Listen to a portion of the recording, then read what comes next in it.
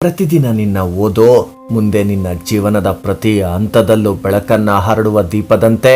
ಇವತ್ತು ಈ ನಿನ್ನ ಕಷ್ಟದ ಓದು ನಿನ್ನ ಭವಿಷ್ಯವನ್ನೇ ಬದಲಾಯಿಸುತ್ತೆ. ನಿನ್ನ ಜ್ಞಾನವೇ ನಿನ್ನ ಶಕ್ತಿಯ ಮೂಲ. ನಿನ್ನ ಓದೆ ನಿನ್ನ ಯಶಸ್ಸಿನ ನಾಂದಿ. ನಿನ್ನ ಬಲಿಷ್ಠ ಗುರಿಯನ್ನ ತಲುಪೋಕೆ ಈ ದಿನವೇ ಎದ್ದು ಓದು. ನಿನ್ನ ಓದು ನಿನ್ನ ಕನಸಿಗೆ ದಾರಿ ತೋರುತ್ತೆ. ನಿನ್ನ ಓದಿನ ಪರಿಶ್ರಮ ಈಗ ತುಂಬಾ ಮುಖ್ಯ. ಇವತ್ತಿನ ನಿನ್ನ ಅಲ್ಪ ಪರಿಶ್ರಮವೇ ನಾಳೆಯ ನಿನ್ನ ದಿಗಂತಗಳು. ನಿನ್ನ ಓದುವ ಗುರಿ ಸದಾ ನಿನ್ ಮುಂದೆ ಇರಲಿ. ನಿರಂತರವಾಗಿ ಕಷ್ಟಪಟ್ಟು ಅಧ್ಯಯನ ಮಾಡು.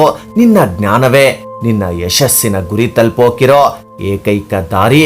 ಓದೋ ಕನಸನ್ನ ಪ್ರಾರಂಭ ಮಾಡಿದ್ಯಾ, ಅದನ್ನ ಪೂರೈಸ್ಕೊಳ್ಳೋಕೆ ಪರಿಶ್ರಮವೇ ಅದರ ಕೀಲಿಕೈ. ಪ್ರತಿದಿನ ನೀನು ಓದೋ 10 ಪುಟಗಳು ನಿನ್ನ ಭವಿಷ್ಯದ ಆಧಾರ ಶಿಲೆ. ನಿನಗೆ ಒಳ್ಳೆಯ ದಿನಗಳು ಈಗ ನೀನ್ ಕಷ್ಟಪಟ್ಟು ಓದೋದ್ರಿಂದ ಬರುತ್ತೆ. ಇವತ್ ನಿನ್ನ ಓದಿಗೆ ಶ್ರದ್ಧೆ ಮತ್ತು ಪರಿಶ್ರಮ ತುಂಬಾ ಮುಖ್ಯ. ಅದು ಪ್ರಾಮಾಣಿಕ ಪರಿಶ್ರಮ ಆಗಿರ್ಬೇಕು. ನಿನ್ನ ಸಾಧನೆಗಾಗಿ ಓದು, ಚೆನ್ನಾಗಿ ಓದು. ನಿನ್ನ ಗುರಿ ಕಡೆ ನಿರಂತರವಾಗಿ ಮುಂದಕ್ಕೋಗು.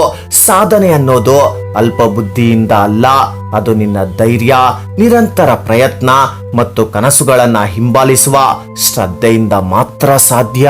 ಒಂದು ಹಳ್ಳಿ, ಅಲ್ಲೊಬ್ಬ ಬಡ ರೈತ. ಅವನು ಡೈಲಿ ತನ್ನ ಜಮೀನಲ್ಲಿ ಕಷ್ಟಪಟ್ಟು ಕೆಲಸ ಮಾಡ್ತಿದ್ದ. ಆ ರೈತನಿಗೆ ಒಬ್ಬ ಮಗನಿದ್ದ. ಅವನಿಗೆ ಓದು ತಲೆಗತ್ತಿತಿರ್ಲಿಲ್ಲ. ಆತನ ತಂದೆ ಆ ಹುಡುಗನಿಗೆ ಡೈಲಿ ಚೆನ್ನಾಗಿ ಓದು ಅಂತಿರೋರು. ಒಂದಿನ ಆ ಹುಡುಗ ತನ್ನ ತಾತನ ಬಳಿ ಹೋಗಿ ಹೇಳ್ತಾನೆ, ನಾನು ಎಷ್ಟೇ ಪ್ರಯತ್ನ ಪಟ್ರು ನನ್ನ ಕೈಯಲ್ಲಿ ಓದೋಕಾಗ್ತಿಲ್ಲ, ಕಷ್ಟ ಆಗ್ತಿದೆ ಅಂತ ಹೇಳಿದಾಗ ಆ ತಾತ ಆ ಹುಡುಗನನ್ನ ಕರ್ಕೊಂಡು ತನ್ನ ಹೊಲಕ್ಕೆ ಕರ್ಕೊಂಡು ಬಂದು ತನ್ನ ಭೂಮಿಯನ್ನ ತೋರಿಸಿ ಹೇಳ್ತಾರೆ, ನೋಡು, ಈ ನೆಲದಲ್ಲಿ ಒಂದೇ ದಿನ ಬೆಳೆ ಬೆಳೆಯೋಕೆ ಸಾಧ್ಯವಿಲ್ಲ. ಆದ್ರೆ ಟೈಮ್ಗೆ ಗಾಳಿ, ನೀರು, ಬೆಳಕು ಸಿಕ್ಕಾಗ ಒಳ್ಳೆ ಬೆಳೆಯನ್ನ ತೆಗಿಬಹುದು. ಅದೇ ರೀತಿ ಓದು ಕೂಡ ಒಂದೇ ದಿನದಲ್ಲಿ ಓದು ಸಾಧ್ಯ ಇಲ್ಲ. ಪ್ರತಿದಿನ ಓದ್ಬೇಕು, ಟೈಮ್ಗೆ ಟೆಸ್ಟ್ ತಗೊಳ್ಬೇಕು. Proper planning is important. ಆ ಮಾತುಗಳು ಆ ಹುಡುಗನಲ್ಲಿ ಹೊಸ ಹುಮ್ಮಸ್ಸನ್ನ ತುಂಬಿತು. ಅದೇ ರೀತಿ ಪ್ಲಾನಿಂಗ್ ಮಾಡಿ ಡೈಲಿ ಓದೋಕೆ ಸ್ಟಾರ್ಟ್ ಮಾಡ್ದ.